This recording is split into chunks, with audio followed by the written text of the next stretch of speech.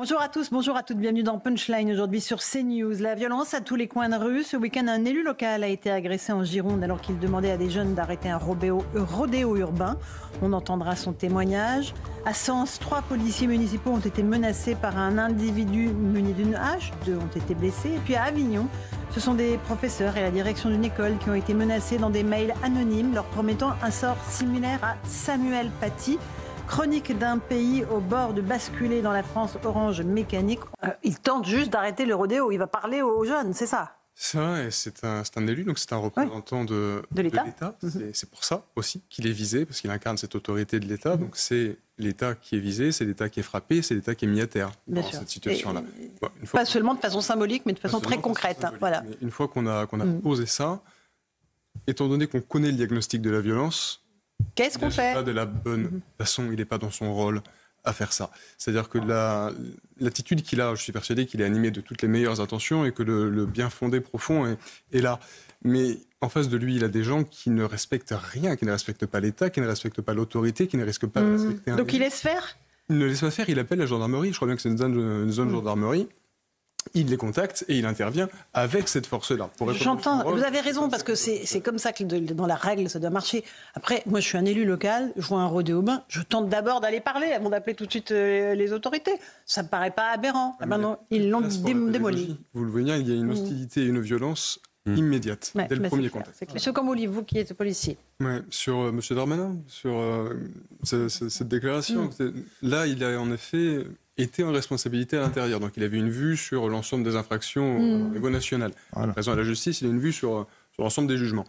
Bon, moi je suis pas là pour faire du commentaire de punchline ou de phrase politique, mais le fait est que cet axe répressif qu'on a, qui est fort, qui est nouveau, on en a évidemment besoin et on constate que ça porte ses fruits. Et pour revenir à ce que vous disiez tout à l'heure sur qu'est-ce qu'on peut essayer de faire pour restaurer une forme d'autorité, une forme de maîtrise, on a une population des infractions qui augmente et qui est une population de plus en plus enclin à la violence. Donc on doit de fait avoir plus de forces de police dans les rues. Quoi. Des policiers municipaux comme ceux qui ont eu cette difficulté ou des policiers nationaux, c'est qu'il nous faut plus de présence de voie publique. Mais il faut le faire dans le respect de cette chaîne logique du continuum de sécurité, parce que ce qu'on veut, c'est pas simplement que l'infraction cesse là lors de l'interpellation dans la rue, mais c'est qu'il y ait une réponse pénale. Donc ça implique un officier de police judiciaire qui mène les enquêtes. C'est normal et c'est très bien qu'il y ait une volonté de recevoir la famille, parce que l'émoi national, il est fondé, il est légitime.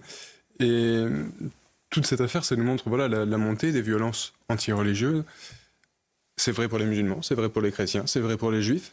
Et je vous dirais que cette accumulation de violence, elle se répercute de tout. En fait, c'est le rejet, effectivement, de la religion de l'autre, mais c'est le rejet de l'autre, parce que vous avez le rejet de la police nationale, de l'autorité, du juif comme de l'homosexuel. C'est le rejet réellement de l'autre et la violence qui s'enquiste et qui s'affirme de plus en plus. Donc c'est pour ça que notre continuum de sécurité est si important. Monsieur le policier. Oui, je vous rejoins totalement. Donc ce n'est qu'une circulaire, ce n'est pas force de loi. Mais il faut se rapprocher d'un schéma où les gens qui acquièrent la nationalité française emportent avec eux notre corps moral, historique, de valeurs. Sinon, on a une chance qu'ils respectent tout cela. Néanmoins, il ne faut pas que ça occulte la réalité de l'immigration illégale. Là, on est en train de parler de la part qui est légale. Quoi. Et quand on a toutes les problématiques que l'on a, notamment avec les mineurs isolés qui se déclarent mineurs quand ils ne le sont pas nécessairement, quand on n'arrive pas à expulser, parce qu'on peut mettre de QTF à des mineurs, enfin, des problématiques liées à l'immigration, il y en a. Là, sur ce point précis des naturalisations, c'est positif que d'essayer de faire en sorte qu'ils aient acquis le corpus de normes français. Il faudra, alors je vais dire nettoyer, la police de la cave au grenier. Voilà des gens qui veulent arriver au pouvoir et qui veulent saper ce que vous disiez tout à l'heure, c'est-à-dire les derniers piliers qui tiennent encore ce pays. C'est-à-dire la police et victimiser l'agresseur. Mais c'est l'inversion totale des valeurs.